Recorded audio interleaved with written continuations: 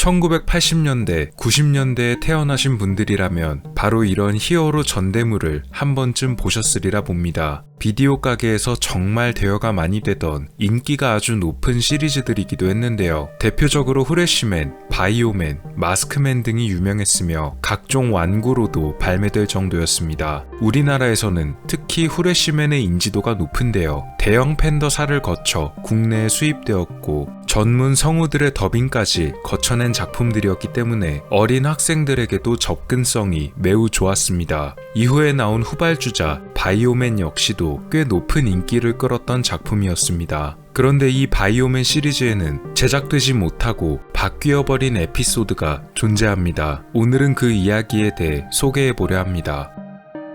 바이오맨은 슈퍼전대 시리즈의 8번째 작품이었습니다. 앞서 말씀드렸듯이 후레쉬맨에 이어서 한국에는 2번째로 수입된 슈퍼전대 시리즈였는데요. 국내명은 우주특공대 바이오맨으로 보통 알려져 있습니다. 원래는 후레쉬맨이 바이오맨 이후에 방영되었는데요. 먼저 수입된 후레쉬맨이 크게 히트를 치자 뒤이어 수입되는 바람에 그 후속편으로 인식되었다고 합니다. 구성 멤버는 5명으로 되어 있습니다. 레드, 그린, 블루, 옐로, 핑크였는데요. 각자의 색을 나타내는 코드 뒤에 숫자를 붙여서 레드 1, 그린 2, 블루 3, 옐로 4, 핑크 5 정식 명칭은 이런 식이었습니다. 과거에도 그랬지만 지금도 슈퍼 히어로물 하면 흔히 떠오르는 그런 5명의 멤버입니다. 등장인물 모두가 각자의 캐릭터가 뚜렷하고 나름대로의 스토리가 설정되어 있던 캐릭터들입니다.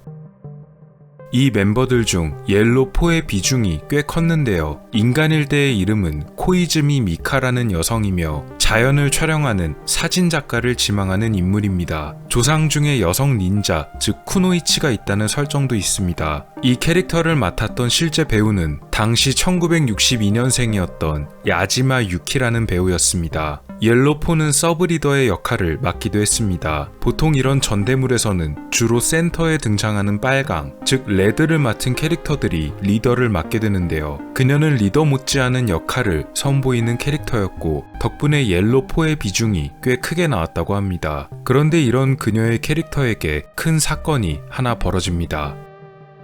사실 그 사건은 단순히 바이오맨에만 국한된 것이 아니고 전체 전대물 시리즈를 통틀어 봐도 꽤 큰 이슈였는데요. 비교적 이 바이오맨의 초반부에 터졌던 일이었습니다. 바이오맨 10화에는 바이오맨 세계관의 메인 악당이었던 닥터맨이 직접 만든 바이오 킬러건이라는 무기가 나옵니다. 그리고 이 바이오 킬러건에 의해서 옐로4가 사망하게 된다는 내용이 전개되었습니다. 이렇게 시리즈 초반부에 사망해서 교체되는 경우, 또 여성 멤버가 사망하는 경우는 최초였다고 전해집니다. 보통은 극중에서 사망하거나 중상에 빠지는 묘사가 나와도 과학기술이나 초능력을 사용해 되살리기도 하지만 옐로4의 경우에는 완전히 숨진 것으로 진행되었습니다. 초반부터 스타팅 멤버를 사망 처리한다는 전개는 지금 봐도 꽤나 충격적인 내용인데요. 이후 11화부터는 옐로4의 빈자리를 대신하기 위해서 새로운 여성 멤버인 야부키 준이라는 인물이 들어옵니다. 실제 배우는 1964년생인 타나카 스미코였는데요. 사망한 전 옐로4의 뒤를 이어 좋은 활약을 보여줬습니다. 어쨌든 그렇게 충격적이었던 전개에도 불구하고 다양한 실험이 집결된 의욕적인 시리즈란 평가를 받았습니다. 그런데 나중에 밝혀진 사실에 따르면 멤버가 사망한다는 파격적인 전개는 원래 전혀 계획에 없었고 제작진들조차도 예상하지 못했던 사건이었다고 합니다. 도대체 어떤 사연이 숨겨져 있던 것일까요?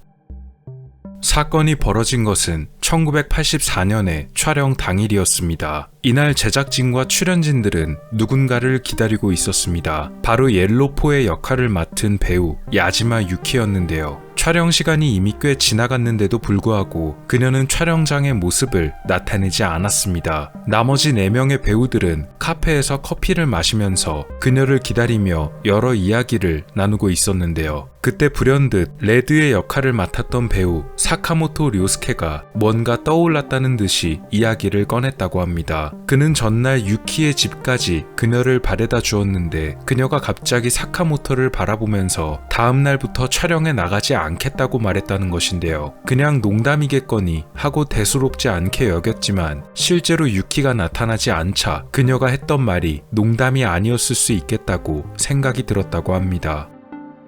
주연 배우 중 한 명이 말도 없이 잠적해버리자 제작진 측에서는 크게 우왕좌왕하기 시작했습니다. 특히 메인 프로듀서였던 스즈키 타케유키에게는 이날이 정말로 잊을 수 없는 날이었다고 하는데요. 그는 당시 아버지의 장례를 치르고 있던 중이었습니다. 그런데 아버지의 장례식 날 주연 배우가 사라졌다는 말에 부친의 장례조차도 제대로 치르지 못하고 촬영장에 와서 바쁘게 사태를 수습해야만 했었다고 합니다. 게다가 바이오맨 촬영은 촬영 후에 목소리를 입히는 후시 녹음 시스템을 사용 중이었는데요. 하필이면 영상 자체는 9화까지 녹화되어 있었는데 정작 야지마 유키의 목소리는 6화까지만 녹음되어 있어서 부랴부랴 비슷한 목소리를 가진 다른 성우를 섭외한 다음 급하게 해당 에피소드까지 녹음을 해야만 했다고 합니다. 에피소드의 내용까지도 전면 수정을 해야 했는데요. 각본가 소다 히로히사는 그날 해외여행을 준비 중이었습니다.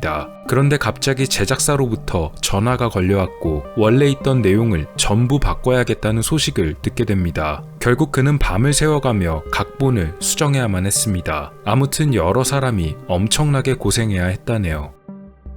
배우가 모든 연락을 끊고 갑자기 사라지는 바람에 제작진과 다른 배우들까지 고생했으며 작품의 방향까지 수정되는 초유의 사태가 벌어졌던 것입니다. 그렇다면 이 사라진 배우 야지마 유키는 도대체 어디로 사라졌고 왜 말도 없이 모든 것을 관둔 채 잠적했던 것일까요? 여러 가지 설이 돌지만 가장 유력한 두 가지만 소개해 보겠습니다. 첫 번째는 바로 연예계 생활에 염증을 느껴서입니다. 지금은 사정이 많이 나아졌다고는 하지만 80년대 당시 일본의 연예계, 특히 배우나 가수들은 살인적인 스케줄과 현장 분위기에 시달렸다고 하는데요. 아마도 그녀 역시 사생활이 보장되지 않는 스케줄, 그리고 피곤함 등에 지쳐 있었지 않았을까 하는 설입니다. 두 번째는 그녀가 성소수자였기 때문이란 가설입니다. 조금 이상하게 보일 수도 있는 가설인데요. 사실 그녀가 여성을 좋아하는 성소수자였고 촬영장에서 일하던 어느 여성 스텝과 사랑에 빠지게 되었는데 해당 여성 스텝이 일을 그만두고 다른 곳으로 떠나려 하자 야지마 유키 역시 그녀와 떠나며 사랑의 도피를 했다는 것입니다.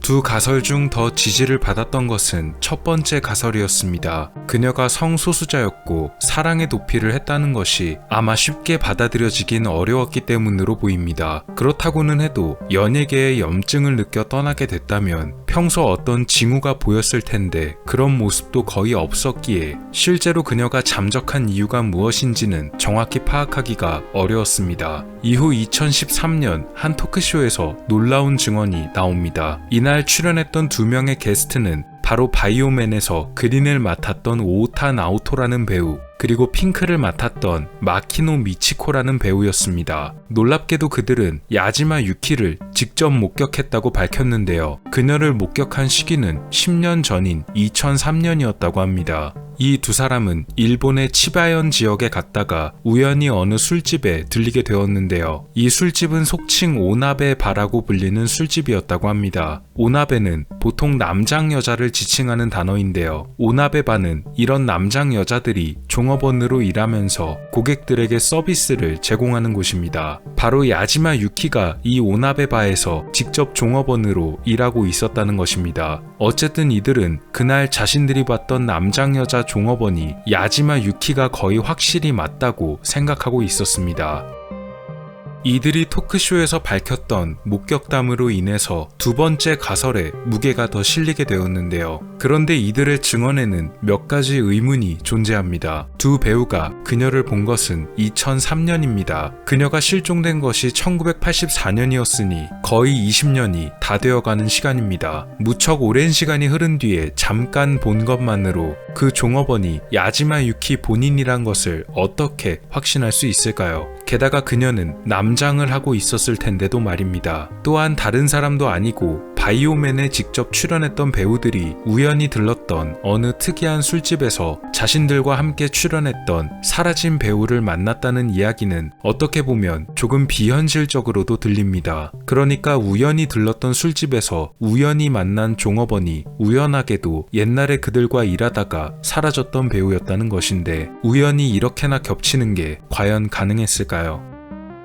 제 개인적인 생각에는 배우들이 그녀의 잠적에 대해서 뭔가 분명 알고 있는 것이 있을 것이라고 봅니다. 다만 그녀의 실종에 대한 사람들의 관심을 끊기 위해 비밀에 대해 아는 사람들끼리 서로 입을 맞추고서 그녀에 관한 거짓 목격담을 만든 것이 아닌가 하는데요. 물론 야지마 유키 본인에게도 어떤 사정이 있을지 모르니 만약 정말 그랬다고 하더라도 분명 그럴 수밖에 없는 이유가 있었을 것이라고 봅니다. 나쁜 일만 저지르지 않고 정직하게 잘 살아간다면 굳이 다시 나타나지 않아도 문제는 없을 것이라 봅니다. 더 이상 본인이 다른 사람들의 관심을 원하지 않아서 숨어버리고 싶어하는 경우도 종종 있기 때문입니다. 다만 당시 바이오맨을 제작하던 제작진들은 그때 말도 없이 숨어버리는 바람에 여러 사람들이 고생해야만 했으니 딱 한마디만 사과해 주기를 바라고 있다고 하네요. 결국 그녀가 원래 출연했다면 진행되었을 에피소드는 영원히 로스트 미디어로 남게 됐습니다. 덧붙여 실제 배우였던 야지마 유키의 행방 역시도 누구도 알 수 없는 로스트 미디어로 남게 되었네요.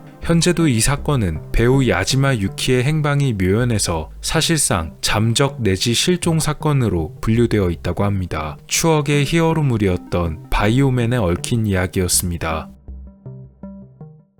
오늘 미스터리 어떠셨나요? 영상을 재밌게 보셨다면 채널에 방문하셔서 더 많은 영상을 시청해보세요. 미스터리 큐브였습니다. 감사합니다.